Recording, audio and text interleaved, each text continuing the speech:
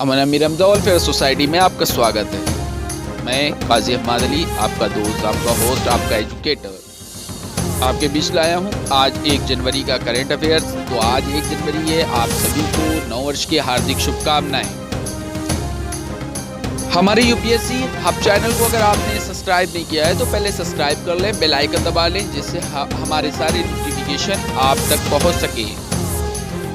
हम आपके लिए लाए हैं करंट अफेयर्स की क्लास 1 जनवरी की, जिसमें बहुत इंपॉर्टेंट कोटेशंस है प्लस 3 हमारे क्विज हैं जो कि बहुत इंपॉर्टेंट है। एनटीपीसी, यूपीएससी, एएसआई और भी तमाम जितने भी रेलवे वगैरह की वैकेंसीज निकलती हैं सब के लिए। तो दोस्तों शुरू करते हैं, हमारे एडिटोरियल की तरफ चलते हैं। लेकिन उससे पहले हम आपको बताना चाहते हैं, आपको यदि ऑनलाइन या ऑफलाइन क्लासेस चाहिए, ऑडियो या वीडियो चाहिए, या आपको हमारे नोट्स चाहिए पॉलिटी, हिस्ट्री, ज्योग्राफी, किसी के भी, तो आप हमसे संपर्क कर सकते हैं। हम आपको यहाँ पर अपना नंबर देंगे जिससे आप हमसे संपर्क कर सकते हैं, हमारे नोट्स से बहुत फ़ायदा उठा सकते हैं, जिसके आप कुछ भी लागत नहीं लगनी है और आपको क्लास ऑडियो वीडियो दोनों फ्री मिलेगी। प्लस आपको ऑफलाइन ऑनलाइन दोनों फ्री क्लासेस चल रही हैं, आप वहाँ पे भी संपर्क कर सकते हैं। ऑनलाइन लेना चाहें ऑनलाइन ले सकते हैं, ऑफलाइन लेना चाहें ऑफलाइन ले सकते हैं। तो दोस्तों आइए करंट अफेयर्स की तरफ चलते हैं। पहला एडिटोरियल देखते हैं जो द हिंदू का बहुत इंपॉर्टेंट है, जिसमें दिया हुआ है 4 उच्च न्यायालयों के लिए नए मुख्य न्यायाधीश। आंध्र प्रदेश उच्च न्यायालय हाई कोर्ट के मुख्य न्यायाधीश जितेंद्र कुमार महेश्वरी को सिक्किम हाई कोर्ट में स्थानांतरित किया गया। सिक्किम हाई कोर्ट के मुख्य न्यायाधीश अनूप कुमार सिंह अब आंध्र प्रदेश हाई कोर्ट के नए सीजे होंगे, यानी चीफ जस्टिस। तेलंगाना उच्च न्यायालय के मुख्य न्यायाधीश राघवेंद्र सिंह चौहान को उत्तराखंड उच्च न्यायालय के नए सीजे के रूप में स्थानांतरित किया गया है। उड़ीसा हाईकोर्ट के वर्तमान सीजे जस्टिस मोहम्मद रफीक मध्य प्रदेश उच्च न्यायालय के नए मुख्य न्यायाधीश होंगे। न्यायमूर्ति संजीव बनर्जी वर्तमान में कलकत्ता हाईकोर्ट के न्यायाधीश हैं, जो अब मधेसी उच्च न्यायालय के नए मुख्य न्यायाधीश के रूप में किए गए हैं। पंजाब और हरियाणा उच्च न्यायालय के मुख्य न्यायमूर्ति डॉक्टर एस मुरलीधर को उड़ीसा हाईकोर्ट के मुख्य न्यायाधीश के रूप में पदोन्नत किया गया था। दिल्ली हाईकोर्ट के न्यायाधीश हेमा कोहली को तेलंगाना हाईकोर्ट का सीजे बनाया गया है। एक अन्य अधिसूचना में कहा गया है कि मध्य प्रदेश हाईकोर्ट से जस्टिस सतीश चंद्र शर्मा को कर्नाटक हाईकोर्ट के स्थानांतरित किया गया है। कलकत्ता हाईकोर्ट के आंध्र प्रदेश के एससी यानी हाईकोर्ट में जस्टिस जो माल्या बागची। न्यायमूर्ति राजेश बिंदल जम्मू कश्मीर हाई कोर्ट से कलकत्ता हाई कोर्ट। मध्य प्रदेश के न्यायमूर्ति संजय यादव को इलाहाबाद हाई कोर्ट और जस्टिस विनीत कोठारी ने मद्रास से गुजरात हाई कोर्ट और जस्टिस रवि आर माली मत को उत्तराखंड हाई कोर्ट से एचपी हाई कोर्ट भेज दिया गया है।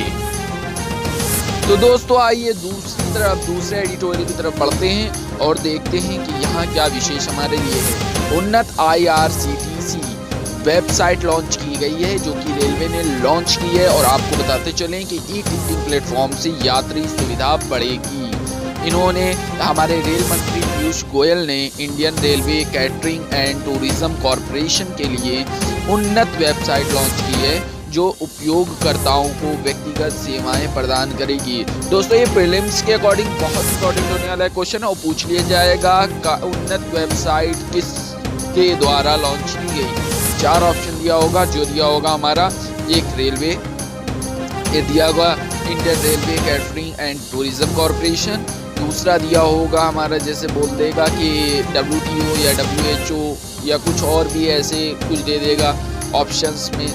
दोस्तों याद रखिएगा कि Indian railway catering and tourism corporation ने उन्नत वेबसाइट लॉन्च की है। आइए दोस्तों तीसरे एडिटोरियल की तरफ बढ़ते हैं, जो कि हमारा बहुत इंपॉर्टेंट न्यूज़ होने वाली है, और जलवायु के जोखिम का सामना करना।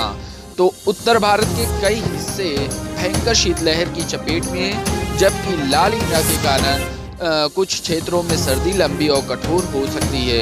पूर्वानुमानकर्ताओं का सुझाव है कि 2021 अभी भी पृथ्वी के सबसे गर्म वर्षों में दर्ज किया जाएगा। हाल के वर्षों में बढ़ते तापमान ने जलवायु चरम घटनाओं में तेजी की वृद्धि की है।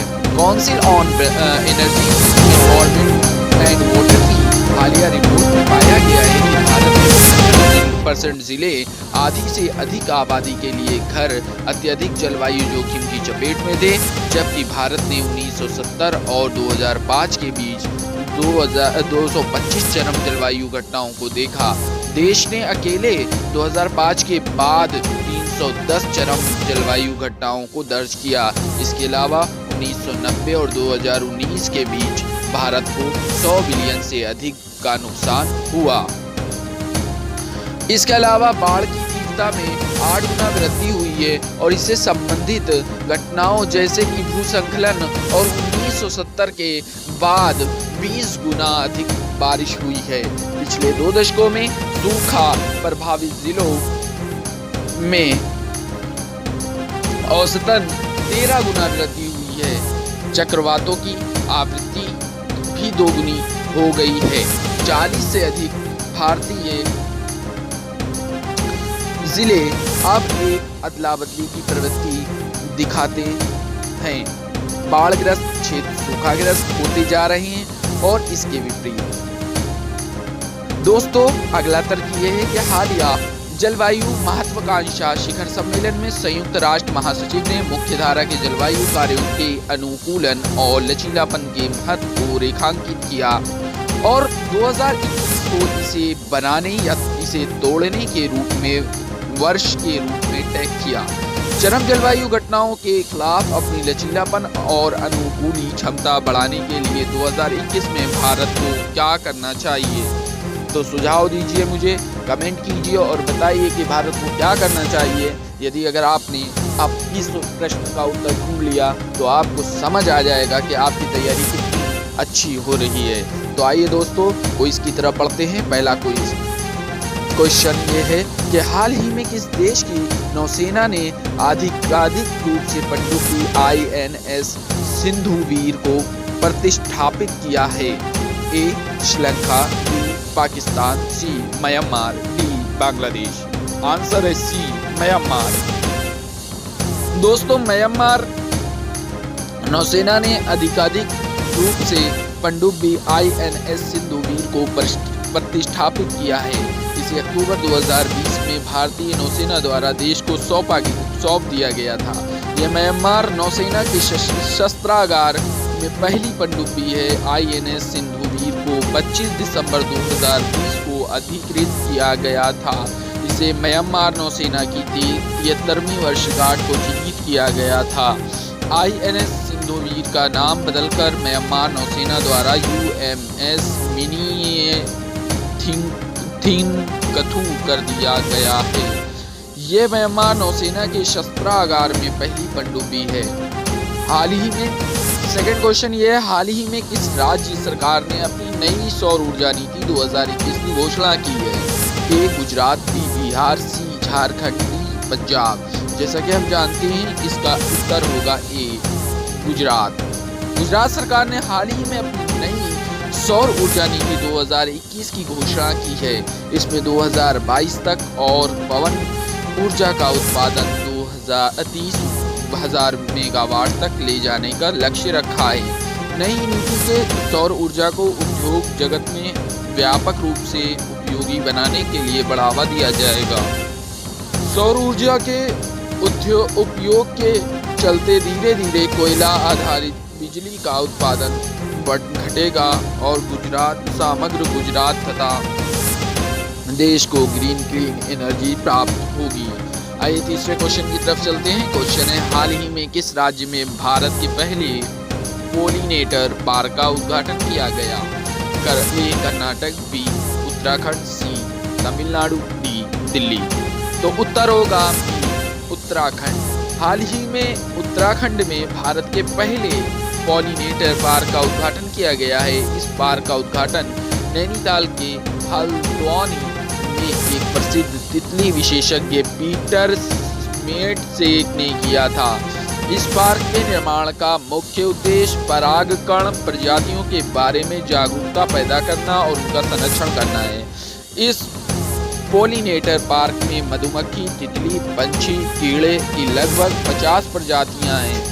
इस पार्क का निर्माण 4 एकड़ के क्षेत्र में किया गया है। इस पार्क का निर्माण उत्तराखंड वन विभाग के अनुसंधान विंग द्वारा किया गया है।